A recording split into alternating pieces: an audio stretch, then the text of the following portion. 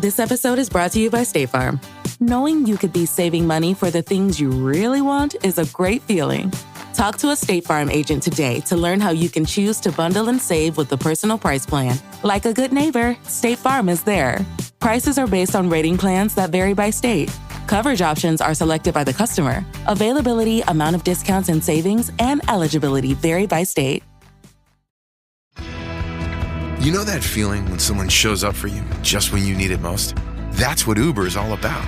Not just a ride or dinner at your door. It's how Uber helps you show up for the moments that matter. Because showing up can turn a tough day around or make a good one even better. Whatever it is, big or small, Uber is on the way. So you can be on yours. Uber, on our way. This is Optimal Work Daily. The Email Productivity Curve by Cal Newport of calnewport.com. A mixed response.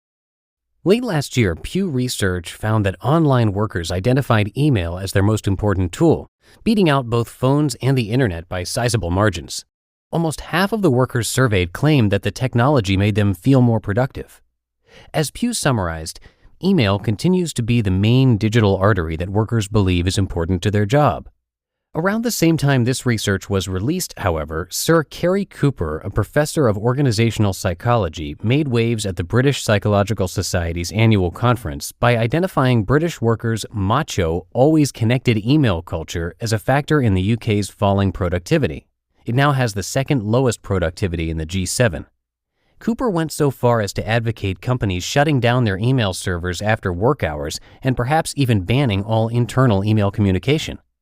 This bipolar reaction to email, either it's fundamental to success or terrible, extends beyond research circles and often characterizes popular conversations about the technology.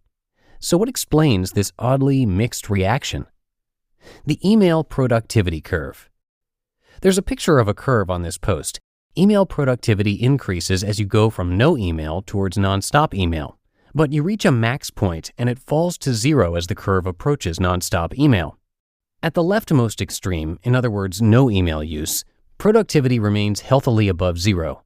This captures the obvious reality that even if email and similar digital communication tools were banned, companies could still get stuff done, as they did in the many decades before such technologies were introduced. As we begin to move to the right, increasing email use, productivity increases. This point should also be obvious. It's hard to argue against the proposition that email is an immensely useful technology. Universal addressing, instant information transfer, asynchronous storage and retrieval. These are all hard communication problems that email solves elegantly. As we continue to move to the right, however, things get interesting.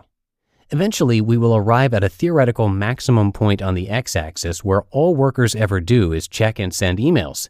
At this point, no time is left for any actual work, so productivity would be zero.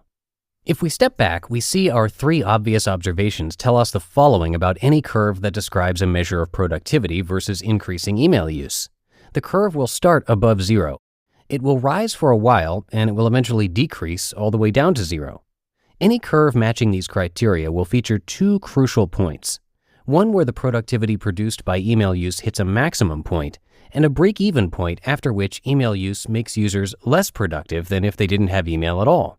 I propose that the mixed reaction to email summarized at the beginning of this post can be better understood with respect to the different regions of this curve. In more detail, those who aggressively defend the email, like the workers surveyed by Pew, are responding to the reality that much of this productivity curve is about the no email level. That is, they're reacting to the true observation that email can make you more productive than no email. Those who decry email, like Cary Cooper, are responding to the reality that an increasing number of organizations are further to the right, and therefore their email habits are making them less productive than they could be if they were more discerning about their use of this technology. It's possible, in other words, for your email use to be both making you more productive as compared to no email, and less productive as compared to its optimal use.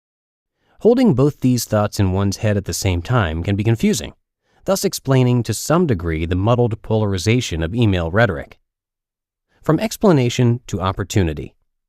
Once we understand this style of productivity curve, however, we can do more than simply demystify our confusion.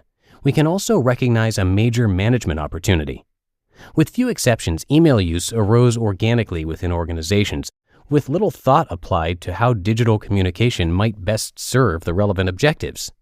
The result is that email habits tend to fall somewhat haphazardly on the email productivity curve, with a bias toward the right-hand side, as increased connectivity tends to be more convenient for people in the moment, especially when unchecked by other metrics. It's important to note that there's nothing fundamental about these current email habits, an observation which leads to the conclusion that forward-thinking organizations could consider exploring different regions of this curve in search of the optimal point. By thinking in terms of a search for optimality, such organizations could escape the email is either bad or good dichotomy that often cripples such initiatives before they get too far, and instead cast the efforts in terms of process optimization. To reduce email use, in other words, is not necessarily a repudiation of the technology, but can be instead an embrace of its full potential. You just listened to the post titled The Email Productivity Curve by Cal Newport of calnewport.com.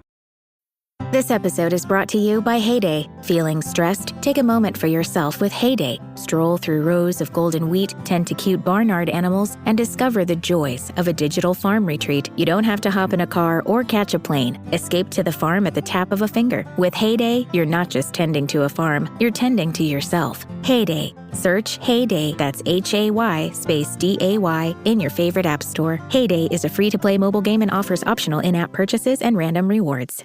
You may get a little excited when you shop at Burlington. What a low price! You see that? They have my favorite brand! It's like a whole new Burlington! I can buy two! I'm saving so much! Yeah! Burlington saves you up to 60% off other retailers' prices every day. Will it be the low prices or the great brands? Burlington. Deals? Brands? Wow! I told you so. Styles and selections vary by store. And a big thanks to Cal, who wrote this post today. He typically writes about learning hacks and productivity, so you're going to hear him narrated pretty frequently over on Optimal Living Daily, so you can check that show out for a lot more from him. Cal is the author of the books Deep Work and A World Without Email. And you can learn more about those books, plus check out his blog, other media, and podcast over on his site, calnewport.com. That's calnewport.com. But that's going to do it for today. I hope you have a great rest of your day and that you'll be back with me here tomorrow where your optimal life awaits.